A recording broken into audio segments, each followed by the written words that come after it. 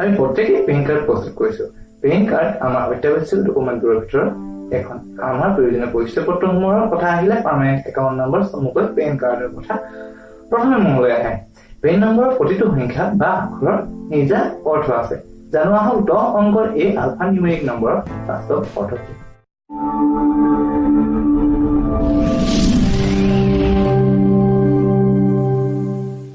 মই আপোনালোকক পুনৰবাৰ স্বাগতম জনাইছো অসমীয়া ইউটিউব চেনেল সন্ধানলৈ। পেন কাৰ্ডৰ প্ৰতিটো নম্বৰত আচলতে পেন কাৰ্ড হোল্ডাৰৰ কেইবোৰ আৱশ্যকীয় তথ্য সন্নিৱিষ্ট হৈ থাকে। আয়কৰ বিভাগ, ইউনিট ট্ৰাষ্ট অফ ইণ্ডিয়া চমুকৈ UTI আৰু নেশ্যনেল চিকিউৰিটি ডিপজিটৰী লিমিটেড চমুকৈ NSDL ৰ জৰিয়তে পেন নম্বৰ জাৰি কৰা হয়। পেন কাৰ্ডৰ প্ৰথম 5টা কেৰেক্টাৰৰ 3টা কেৰেক্টাৰে আলফা চিৰিজক দৰ্শায়। এয়া 3টা এৰ পৰা 3টা জেডলৈকে থাকিব পাৰে। পেনৰ চতুৰ্থ অংকই আয়কৰ বিভাগৰ দৃষ্টিত আপুনি কোন সেয়া দৰ্শায় আৰু চতুৰ্থ অংকটোত এই আখৰকেইটা ব্যৱহাৰ কৰা হয়। এই আখৰকেইটাৰ নিজৰ একোটা অৰ্থ আছে।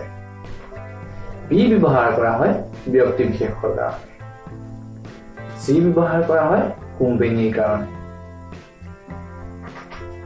H ব্যৱহাৰ হয় অবিভক্ত হিন্দু পৰিয়ালৰ কাৰণে, A ব্যৱহাৰ কৰাৰ অৰ্থ হৈছে এছ'চিয়েশ্যন, B বৰ্ণই ব্যক্তি সূচায়, G ব্যৱহাৰ কৰা হয় চৰকাৰী এজেন্সিৰ কাৰণে, J ব্যৱহাৰ কৰা হয় আৰ্টিফিচিয়েল জুডিচিয়েল পাৰ্চনৰ কাৰণে, আনহাতে L ব্যৱহাৰ কৰা হয় লোকেল অথৰিটিৰ কাৰণে।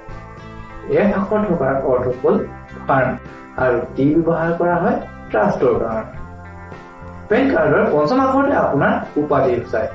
অৰ্থাৎ যদি আপোনাৰ উপাধি হাজৰিকা তেনেহলে আপোনাৰ পেনৰ পঞ্চম আখৰটো H হ'ব। যদি পেন কাৰ্ড কোনো ব্যক্তি বিশেষৰ নহয় তেনেহলে এই আখৰটো পেন ধাৰকৰ নামৰ প্ৰথমটো আখৰ হ'ব। ইয়াৰ পিছৰ 4টা আখৰ 301ৰ পৰা 4টা 9লৈকে হ'ব পাৰে। মনত ৰাখিব, পেন কাৰ্ডৰ পেন নম্বৰৰ শেষৰ আখৰটো সদায় এলফাবেট হয়। এই নম্বৰটো এৰ পৰা জেডলৈকে হ'ব পাৰে। এই শেষৰ আখৰটো আগৰ 9টা সংখ্যাৰ ওপৰত ভিত্তি কৰি এটা বিশেষ ফৰ্মুলাৰ দ্বাৰা নিৰূপণ কৰা হয়। যদি ভিডিঅ' চাই ভাল পায় লাইক কৰিব, কমেণ্ট কৰিব আৰু শ্বেয়াৰ কৰিব। ছাবস্ক্ৰাইব কৰিবলৈ নাপাহৰিব আৰু ছাবস্ক্ৰাইব কৰি কাষতে থকা বেল আইকনটো দবাই দিব যাতে মই দিয়া ভিডিঅ'বোৰৰ নটিফিকেশ্যন আপুনি আগতীয়াকৈ পাই যায়।